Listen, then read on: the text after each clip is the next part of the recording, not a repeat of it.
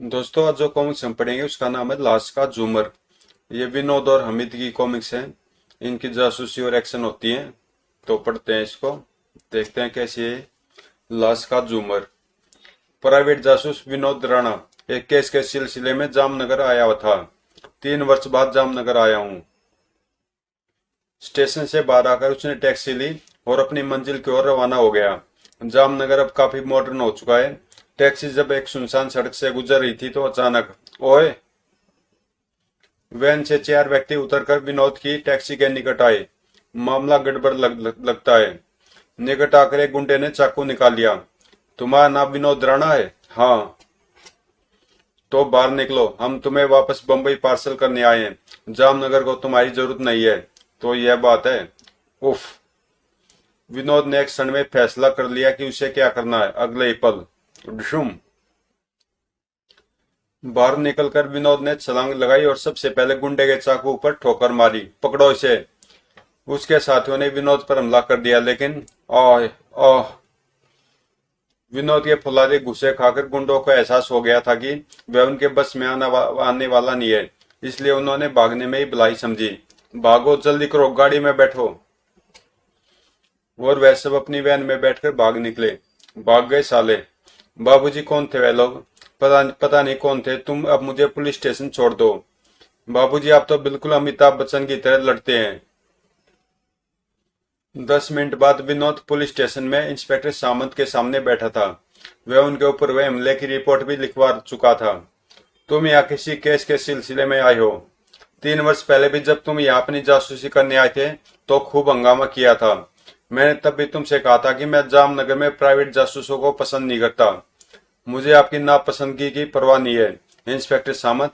मैं आपके पास केवल इसलिए आया हूँ कि आपके शहर में मुझ पर हमला हुआ है। ठीक है ठीक है, पहले यह बताओ तुम्हें किसने बुलाया है और क्यों बुलाया है? यहाँ के मशहूर जोहरी श्री मदन मोहन ने मुझे पत्र भेजकर बुलाया है। मैं आपको उनका पत्र दिखाता हूँ। इंस्पेक्टर ने पत्र लेकर देखा। मिस्टर विनोद, मैंने आपका बहुत नाम सुना है, इसलिए पत्र लिख रहा हूँ। मेरा एक हीरो जड़ित झूमर चोरी हो गया है, जिसका मूल्य 20 लाख के आसपास है।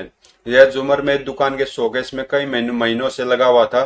दुकान में चोरों से बचने के लिए पूरा प्रबंध है। यह 20 दिन पहले की बात है। मेरा एक मित्र मिस्टर जोशी ने मुझसे कहा था कि वह 3 मॉडल गर्ल्स को मेरा झूमर पहनाकर उनकी तस्वीरें बनवाना चाहते हैं। मैं इनकार न कर सका। अगले दिन वह 3 लड़कियां को लेकर आ गए। मैंने खुद शोकेस से झूमर निकालकर उनको दिया। तीनों लड़कियों ने बारी बारी माथे पर झूमर लगाकर फोटो खिंचवाई, जिसके बाद मैंने अपने हाथों से झूमर को शोकेस में बंद कर दिया। उसके कुछ घंटे बाद मेरे सहायक मिस्टर प्राण किसी ग्राहक को हीरे दिखा रहे थे। उनकी नजर झूमर पर पड़ी और उन्होंने मुझे बताया कि वह झूमर नकली है। झूमर वाकई नकली था। मैंने पुलिस को बुलाया, मगर पुलिस मेरा झूमर तलाश न कर सकी। इसलिए आप तुरंत आ जाइए, मैं आपकी फीस। यहाँ तक पढ़ने के बाद इंस्पेक्टर सामंत गुर्रा उठा। यह मदन मोहन का बच्चा पुलिस को बदनाम कर रहा है, जबकि हमने वह झूमर तलाश करने की पूरी कोशिश की थी। लेकिन तलाश तो नहीं किया ना। अब मैं आपको दिखाऊंगा कि प्राइवेट जासूस पुलिस से बेहतर काम कर सकते हैं या नहीं। ज्यादा उड़ने की कोशिश न करो मिस्टर, हमने तुम्हारी रिपोर्ट दर्ज कर ली है। अब तुम जा सकते हो। ओके इंस्पेक्टर, लेकिन मैं जब तक यहाँ से हूँ आपसे मुलाकात होती ही रहेगी। पुलिस स्टेशन से निकलकर विनोद सीधा सेठ मदन मोहन से मिलने पहुंचा। आइए आइए विनोद जी। आराम से बैठने के बाद विनोद ने पहले अपने ऊपर हुए हमले की घटना सुनाई। फिर पूछा, मुझे यहाँ बुलाने की बात आपने कितने लोगों को बताई थी? सभी को। मैंने अपने दोस्तों और नौकरों को बताया था कि मैं आपको झूमर तलाश करने के लिए बुला रहा हूँ। इसका अर्थ है कि झूमर का चोर आपके दोस्तों और नौकरों में से कोई एक है। मेरे आने की बात सुनकर वह घबरा गया और मुझे यहाँ आने से रोकने के लिए गुंडे भेज दिए। मैंने आपको जो पत्र लिखा था उससे ही उसे पता चला होगा कि मैं किस ट्रेन से आ रहा हूँ। आपकी बात समझ में आती है। खैर छोड़िए, मेरे साथ तो ऐसा होता ही रहता है। आपने पत्र में अपने सहायक मिस्टर प्राण का जिक्र किया है। यह कौन है? वह मेरा बहुत पुराना नौकर है। हीरे जवाहरात की कटिंग करने में माहिर है। वह झूमर प्राण ने ही बनाया था। अच्छा, आपको अपने तौर पर किसी पर संदेह है? नहीं, लेकिन मेरा ख्याल है झूमर उस समय बदला गया है जब लड़कियां उसे पहनकर फोटो खिंचवा रही थी। ऑल राइट सेठ जी, मैं अपनी छानबीन उन्हीं लड़कियों से शुरू करूंगा। आप मुझे उनका पता और अपने उस मित्र का पता बताइए जो उन लड़कियों को लाया था। उन लड़कियों का नाम सीमा, नूरी और सीरी है। पते आपको मेरी सेक्रेटरी दे देगी। और मेरे दोस्त मिस्टर जोशी यहाँ के बहुत बड़े आदमी है। ये तीनों लड़कियां उन्हीं की फर्म में काम करती हैं। वही इन्हें लाए थे। उनका पता भी आप मेरी सेक्रेटरी से ले लीजिए। ओके सेठ जी, आपने मेरे ठहरने का कुछ प्रबंध किया है? जी हाँ, होटल में आपके लिए कमरा बुक है और आप जब तक यहाँ मेरी कार इस्तेमाल कर सकते हैं। सेठ जी को धन्यवाद देकर विनोद होटल के कमरे में आ गया। थोड़ी देर बाद नहा धोकर वह बाहर जाने के लिए तैयार हुआ। तीनों लड़कियां और जोशी का पता मेरे पास है। सबसे पहले नूरी नाम की लड़की से जाकर मिलता हूँ। वह सेठ जी की कार ले आया था। कुछ देर बाद वह कार से उस बिल्डिंग के सामने उतरा जिसकी दूसरी मंजिल पर नूरी का फ्लैट था। नूरी के फ्लैट पर पहुंचकर उसने घंटी बजाई। तुरंत ही दरवाजा खुला। हाँ, ही है, क्या चीज है?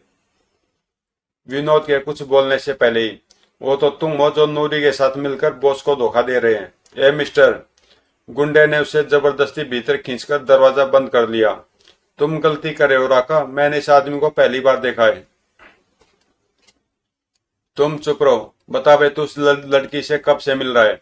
और क्या तुझे ठाकरे का कोई डर नहीं है? मेरा कॉलर छोड़ो, फिर बताता हूँ। ले, छोड़ दिया। छोड़ दिया ना, अब जरा दोबारा पकड़ कर दिखा। राका ने जैसे विनोद का कॉलर पकड़ना चाहा, आह! राका पलटकर फर्श पर गिरा और विनोद ने बूट की ठोकर उसकी खोपड़ी पर मारी। अब राका बेहोश हो चुका था। विनोद लड़की की ओर घूमा। आप मिस नूरी हैं? हाँ हाँ हाँ, लेकिन आप कौन है? तुरंत यहाँ से चले जाए। फिलहाल मेरा जाने का इरादा नहीं है और तुम भी इस पैसे की चिंता न करो। यह आधे घंटे से पहले उसमें नहीं आएगा। तुमने राका को बेहोश कर दिया। मुझे विश्वास नहीं हो रहा। कौन हो तुम? Private detective Vinod Rana. मुझे सेठ मदन मोहन ने अपना जूमर तलाश करने के लिए बुलाया है। इस सिलसिले में मैं तुमसे कुछ पूछना चाहता हूँ। झूमर के बारे में मुझे कुछ पता नहीं। हम वहाँ दुकान पर गए थे। मिस्टर जोशी ने बारी बारी वह झूमर हमें दिया, हमारी तस्वीरें बनवाई। उसके बाद हम वापस आ गए। तुम तीन लड़कियों में से कोई झूमर बदल भी तो सकता था। कम से कम मैंने तो नहीं बदला। और वहाँ सेठ जी थे, जोशी जी थे, फोटोग्राफर भी था, और भी कई लोग थे। सबके सामने झूमर कैसे बदला जा सकता था? क्या फोटोग्राफर ने भी झूमर छुआ था? नहीं, झूमर सेठ जी ने जोशी जी को दिया। उन्होंने सीमा को दिया। सीमा ने सीरी को, और सीरी ने मुझे। फिर मैंने मिस्टर जोशी को वापस कर दिया। हमें कुछ मालूम नहीं कि क्या हुआ, झूमर कैसे बदला गया। अब तुम जाओ यहाँ से। यह कहकर नूरी उठकर बेहोश राका के निकट जा खड़ी हुई। जाने से पहले मैं जानना चाहता हूँ कि यह भैंसा कौन है? यह ठाकरे का बॉडीगार्ड राका है। और ठाकरे कौन है? ठाकरे मेरा दोस्त है और अपने क्षेत्र का बादशाह है। इसलिए मैं कह रही हूँ तुम यहाँ से तुरंत चले जाओ। राका को होश आ गया तो मैं उसे दोबारा बेहोश कर सकता हूँ, लेकिन मैं नहीं चाहता कि तुम्हारे फ्लैट पर अधिक तोड़ फोड़ हो, इसलिए जा रहा हूँ। बहुत विचित्र और शक्तिशाली आदमी है। वहां से विनोद वापस अपने होटल आ गया। एक घंटे बाद वह कॉफी लाउंज में बैठा कॉफी पी रहा था कि आप मिस्टर विनोद ही है ना? जी हाँ, बैठे, लेकिन मैंने आपको पहचाना नहीं। मेरा नाम डॉली है, मैं नूरी की बहन हूँ। मुझे पता है कि शेठ मदन ने आपको अपना झूमर तलाश करने के लिए बुलाया है, इसलिए मैं आपसे मिलने आई हूँ। आप उस झूमर के बारे में कुछ जानती हैं? नहीं, मैं तो अपनी बहन नूरी के विषय में आपसे बात करने आई हूँ। मैं उसके लिए बहुत परेशान हूँ। वह अपने आप को किसी खतरे में फंसा रही है। किस खतरे में? इसका मुझे अंदाजा नहीं है। नूरी आजकल यहाँ के एक बदमाश ठाकरे के साथ घूमती फिरती है। हम दोनों बहनें मिस्टर जोशी की फर्म में नौकरी करती थी। नूरी मिस्टर जोशी की सेक्रेटरी थी और मैं फर्म के मैनेजर मिस्टर अशोक की सेक्रेटरी हूँ। लेकिन कुछ महीनों पहले अचानक जोशी ने नूरी को नौकरी से निकाल दिया था। मगर आश्चर्य की बात यह है कि उसके बाद भी वह नूरी को लेकर सेठ मदन के यहाँ गए और उसे झूमर पहनाकर उसकी तस्वीरें बनवाई। यह बात तो अजीब है। जी हाँ, और एक अजीब बात यह है कि नूरी की दोस्ती सेठ मदन के सहायक प्राण से भी है। मैंने एक बार प्राण को नूरी के फ्लैट पर देखा था, इसीलिए मैं परेशान हूँ। कहीं ये तीनों पुरुष मेरी बहन को किसी संकट में न फंसा दे। नूरी अभी ना समझ है। तो आप मुझसे क्या चाहती हैं? मिस्टर विनोद, मैं आपसे प्रार्थना करने आई हूँ कि झूमर की खोज करते हुए अगर कहीं आपको नूरी संदिग्ध नजर आए तो आप उसके विरुद्ध कोई कदम उठाने से पहले एक बार मुझसे जरूर मिल ले। यही मेरी विनती है। ओके मिस डॉली, मुझे अपना पता और फोन नंबर दे दीजिए। अगर जरूरत पड़ी तो मैं आपसे संपर्क करूंगा। Thank you mister Vinod. अपना पता लिखवाकर डॉली चली गई। उसी श्याम विनोद सेठ मदन मोहन के सहायक प्राण से उसके फ्लैट पर जाकर मिला। अपना परिचय कराने के बाद, मिस्टर प्राण, मैं आपसे केवल 2 सवाल पूछना चाहता हूँ। पूछे, सेठ जी ने मुझे निर्देश दिया है कि मैं आपसे पूर्ण सहयोग करूं। पहला सवाल, जब आपने वह हीरो जड़ित झूमर तैयार किया था, क्या उसके साथ उसकी कोई नकल भी बनाई थी? जी नहीं, भला नकल बनाने की क्या जरूरत थी? दूसरा सवाल, आप नूरी नाम की उस लड़की को जानते हैं जो झूमर पहनकर फोटो खिंचवाने आई थी? जी नहीं, मैं इस नाम की किसी लड़की को नहीं जानता। डॉली कह रही थी कि इसने नूरी के फ्लैट में प्राण को देखा था, फिर यह झूठ क्यों बोल रहा है? मिस्टर प्राण, मुझे लगता है कि आप झूठ बोल रहे हैं। आप नूरी के फ्लैट पर जाते थे। प्राण का चेहरा क्रोध से सुर्ख हो गया। आपकी हिम्मत कैसे हुई मुझे झूठा कहने की? अब मैं आपसे कोई बात करने को तैयार नहीं हूँ, तुरंत यहाँ से चले जाइए। ओके, मैं जा रहा हूँ और अब मैं इस बात का सबूत लेकर ही आऊंगा कि आपका संबंध नूरी से था। प्राण के घर से बाहर आकर उसने सोचा, प्राण रहस्यमय व्यक्ति है, हो सकता झूमर उसने गायब कराया हो, क्योंकि वह झूमर की नकल बना सकता है। सेठ मदन को उस पर बहुत अधिक विश्वास है। शायद इसी विश्वास का उसने लाभ उठाया है। मुझे एक बार फिर नूरी से मिलना चाहिए। बिल्डिंग के सामने गाड़ी रोककर वह नीचे उतरा। अगर नूरी के फ्लैट में वह बेसाबी भी हुआ तो मुश्किल हो जाएगी। नूरी के फ्लैट का दरवाजा थोड़ा सा खुला हुआ था। विनोद ने घंटी का बटन दबाया, लेकिन भीतर से कोई उत्तर नहीं मिला। दरवाजा खुला, फिर कोई जवाब क्यों नहीं दे रहा? दूसरी बार उसने दरवाजे पर जोर से दस्तक दी, खट खट। इस बार भी उत्तर नहीं मिला तो उसने दरवाजे को धकेलकर खोल दिया। कुछ गड़बड़ लगती है, भीतर चलकर देखता हूँ। ड्राइंग रूम खाली पड़ा था। विनोद ने पुकारा, मिस नूरी, क्या आप भीतर हैं? उत्तर नहीं मिला तो वह बेडरूम की ओर बढ़ा और दरवाजा धकेल कर खोला। Oh my God! आश्चर्य पर काबू पाने के बाद उसने निकट जाकर देखा। मर चुकी है। किसी ने गला घोटकर हत्या की है। अरे अरे, इसके हाथ में क्या है? नूरी की मुट्ठी में जो वस्तु थी उसे निकालकर विनोद ने अपनी जेब में रख लिया। यह अवश्य हत्यारे का होगा। पुलिस को फोन करता हूँ। कुछ ही देर में इंस्पेक्टर सामंत अपने विशेषज्ञों की फौज सहित आ पहुंचा। मैं जानता था यही होगा। पिछली बार जब तुम जामनगर आए थे तब भी यहाँ लाशों का ढेर लग गया था मिस्टर विनोद। तो इसमें मेरा क्या दोष है? नूरी को मैंने तो नहीं मारा।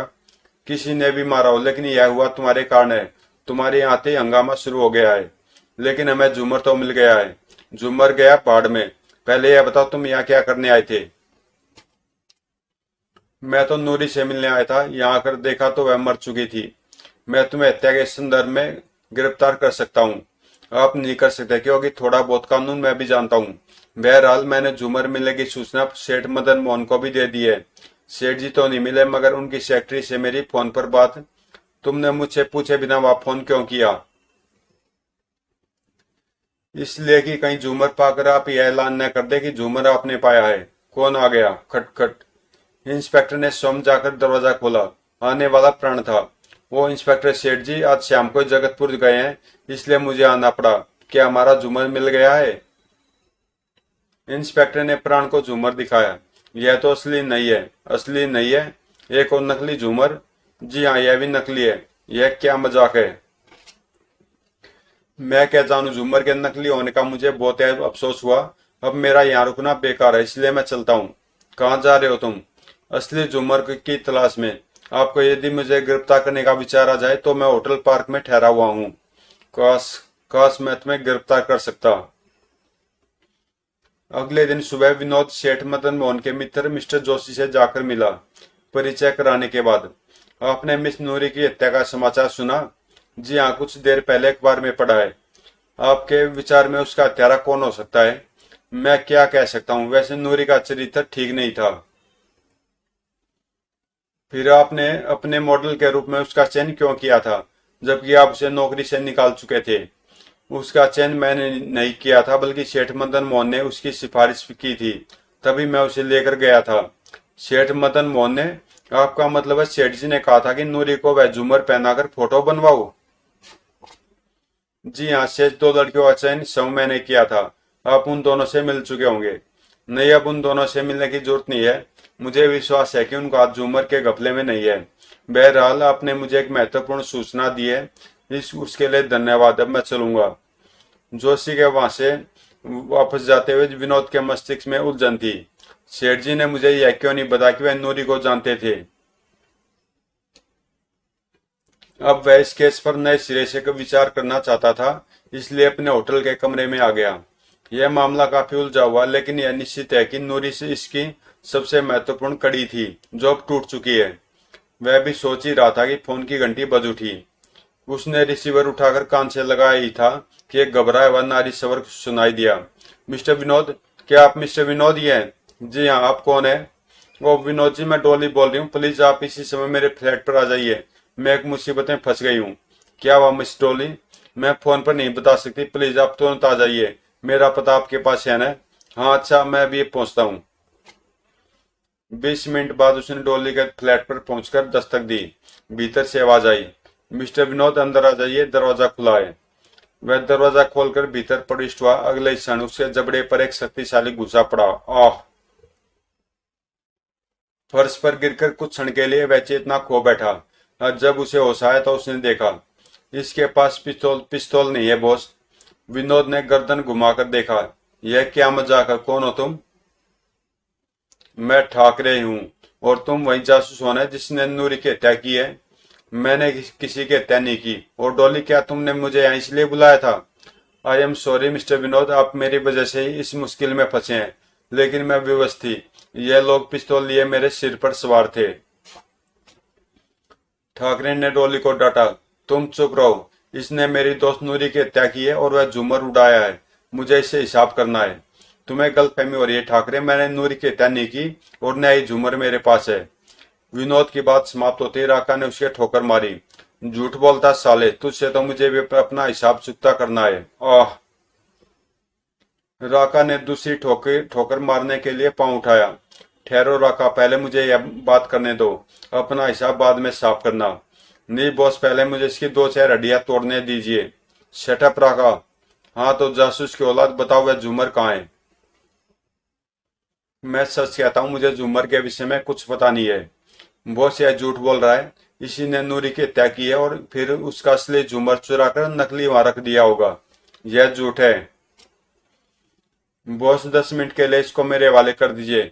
मैं इसकी इतनी ठुकाई करूंगा कि यह सच बोलने लगेगा। तुम जरा चुप रहो राका। फिर वह विनोद से बोला, मुझे तुमसे कोई दुश्मनी नहीं है। मैं केवल झूमर चाहता हूँ जो नूरी मुझे देने वाली थी। तो वह झूमर नूरी ने गायब किया था? हाँ, मुझे वह झूमर चाहिए। झूमर मेरे पास नहीं है ठाकरे, लेकिन मैंने अभी भी अनुमान लगाया है कि वह कहाँ हो सकता है। कहाँ हो सकता है? प्राण के पास। मेरा अंदाजा है कि नूरी ने प्राण के साथ मिलकर झूमर चुराया होगा, क्योंकि प्राण ही नकली झूमर तैयार कर सकता था। उसने 2 नकली झूमर तैयार किए होंगे और एक नूरी को दिया होगा ताकि वह असली झूमर बदल दे। नूरी ने झूमर बदल दिया, लेकिन बाद में प्राण ने सोचा होगा कि काम तो हो गया, अब वह नूरी का हिस्सा क्यों दे। या उसे पता चल गया होगा कि नूरी उसके साथ धोखा करना चाहती है और झूमर तुम्हें दे रही है, इसलिए उसने नूरी की हत्या कर दी और उसके फ्लैट में असली झूमर उड़ाकर वहां दूसरा नकली झूमर रख दिया, ताकि मामला और अधिक उलझ जाए। तुम्हारी बात समझ में आती है। मैं अभी जाकर प्राण से मिलता हूँ, और अगर उसके पास झूमर हुआ तो मैं उसे गोली मार दूंगा। तुम कुछ भी करो, मैं तो भी यहाँ से जा सकता हूँ ना? नहीं, तुम कहीं नहीं जाओगे। मैं तुम दोनों को यहीं बांधकर प्राण से मिलने जाऊंगा, और अगर उससे मुझे झूमर नहीं मिला तो वापस आकर तुम्हारा वह हाल करूंगा कि राका, इन दोनों को रस्सी से बांधकर बाथरूम में बंद कर दो।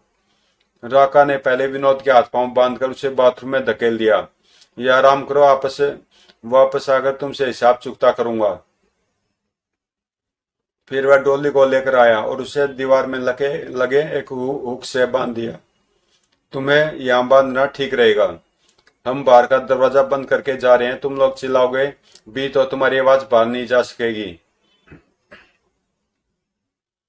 वह बाथरूम का दरवाजा बंद करके चला गया।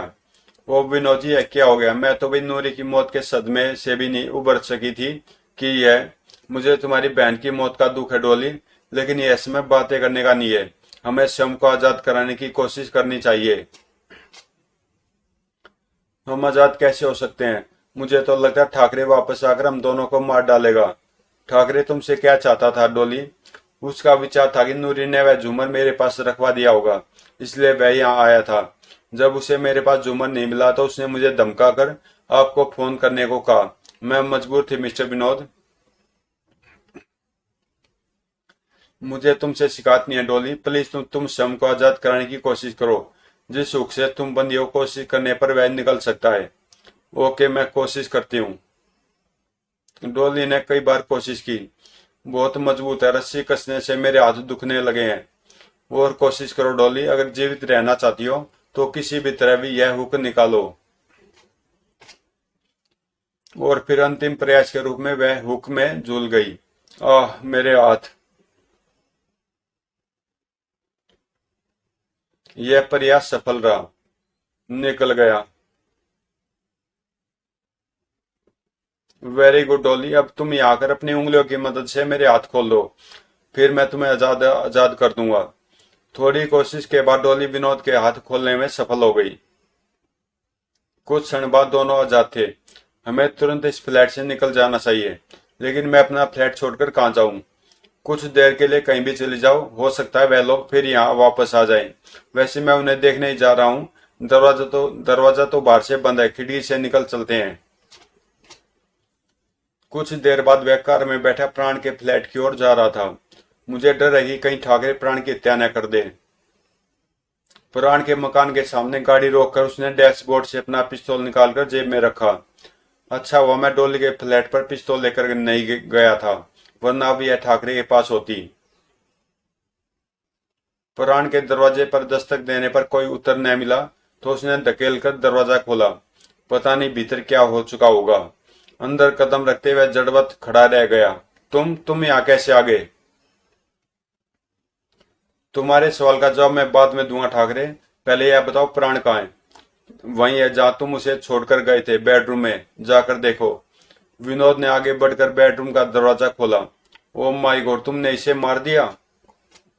यह क्या किया ठाकरे? मुझे मूर्ख मत बनाओ विनोद। प्राण को मैंने नहीं, तुमने मारा है। तुम इसकी हत्या करने के बाद तो डोली के फ्लैट पर गए थे और फिर एक कहानी सुनाकर मुझे यहाँ भेज दिया ताकि मैं प्राण की लाश के साथ पकड़ा जाऊं और तुम वह झूमर लेकर ऐश करो। तुम पागल हो गए हो ठाकरे। अगर प्राण को तुमने नहीं मारा तो उसे यह नूरी के हत्यारे का काम है। हत्यारा बहुत चालाक है, उसे ढूंढना होगा।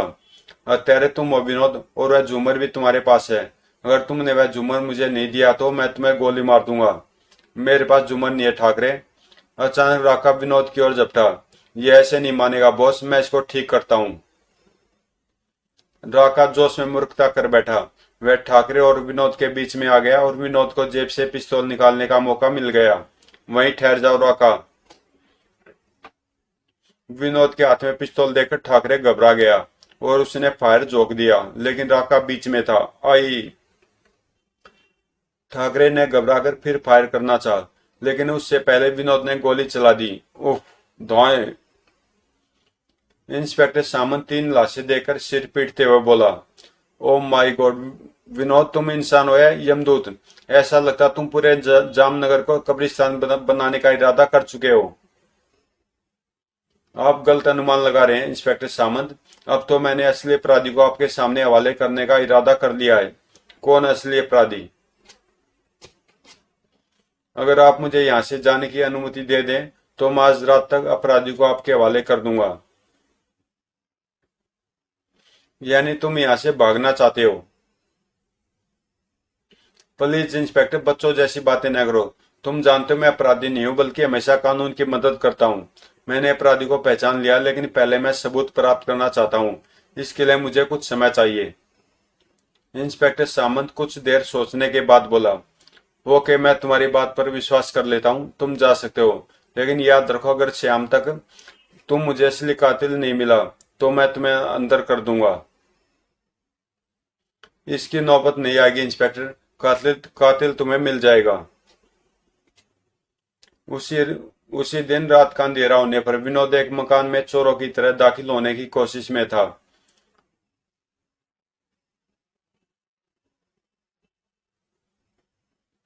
अपनी कोशिश में वह सफल भी हो गया। लगभग 20 मिनट बाद वह उसी खिड़की के रास्ते बाहर निकल आया। मेरा शक ठीक निकला। अब मेरे पास अपराधी के विरुद्ध सबूत है। फिर रात को 11 बजे विनोद इंस्पेक्टर सामंत को साथ ले सेठ मदन मोहन की कोठी में प्रविष्ट हुआ। ओ, आप लोग इस समय सब कुशल तो है ना? कुशल नहीं है सेठ जी, इंस्पेक्टर सामंत आपको गिरफ्तार करने आए हैं। क्या? सेठ जी घबरा कर खड़े हो गए। बैठ जाइए सेठ जी, आपका राज खुल चुका है। आप पर 2 हत्या और अपना झूमर चुराकर कानून को धोखा देने का आरोप है। यह क्या बकवास है? यह बकवास नहीं है, आपकी स्कीम बहुत अच्छी थी। सेठ जी अपना ही झूमर गायब करके आप बीमा कंपनी से उसका हर्जाना वसूल करना चाहते थे, क्योंकि आजकल आपकी माली हालत ठीक नहीं है। आपके दोस्त मिस्टर जोशी ने जब अपनी मॉडल लड़कियों को वह झूमर पहनाकर तस्वीर बनाने की इच्छा प्रकट की, तो आपके मस्तिष्क में एक योजना आ गई। आपने प्राण और नूरी को मिलाकर एक स्कीम तैयार की।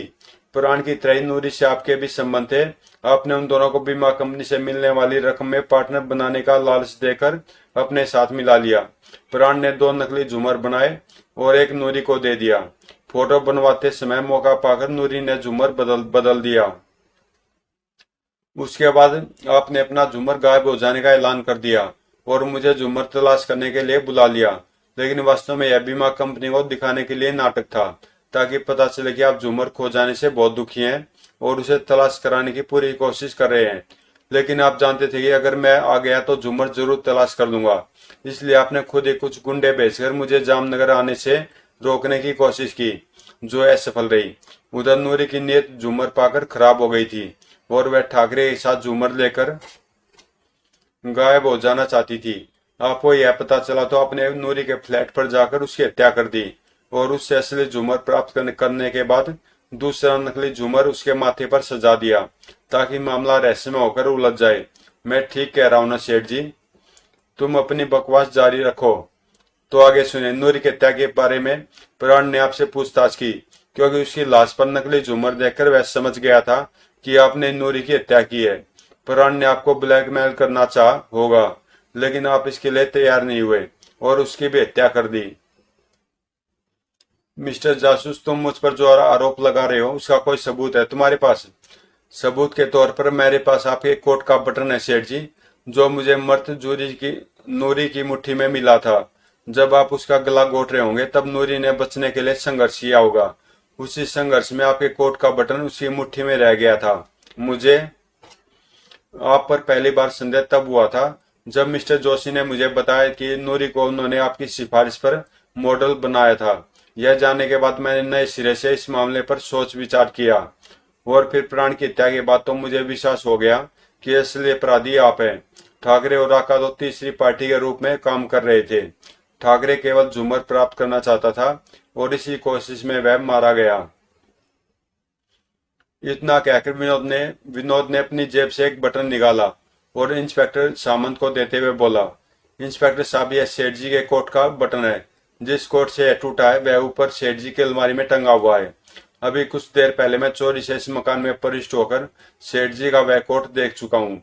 आप भी जाकर देख लीजिए, उसमें एक बटन कम है। और अगर आप सेठ जी की अलमारी की तलाशी लेंगे तो आपको असली झूमर भी मिल जाएगा। अचानक सेठ उछलकर खड़ा हुआ और उसने अपनी जेब में हाथ डाला, लेकिन विनोद ने फुर्ती से एक गुस्सा उसके मुंह पर जमा दिया। पिस्तौल निकालने की जरूरत नहीं है सेठ जी। भुशुम! ओह! तुरंत ही सिपाहियों ने सेठ को काबू में कर लिया। इंस्पेक्टर ने उसकी जेब से पिस्तौल निकालते हुए कहा, सेठ जी, आपकी पिस्तौल निकालने की कोशिश इस बात का सबूत है कि मिस्टर विनोद ने जो कुछ कहा था सब सच था। हाँ, मैं स्वीकार करता हूँ, मैं सब कुछ स्वीकार करता हूँ। काश मैंने इस जासूस को न बुलाया होता। लीजिए इंस्पेक्टर साहब, सेठ जी ने अपना अपराध स्वीकार कर लिया। अब तो मुझे हवालात में बंद नहीं करोगे ना? हे, क्यों शर्मिंदा करते हो यार? समाप्त। तो दोस्तों, कॉमिक्स यहीं पे समाप्त होती है। अगर आपको अच्छी लगी तो प्लीज चैनल को सब्सक्राइब कर देना और मिलते हैं किसी अगली कॉमिक्स में।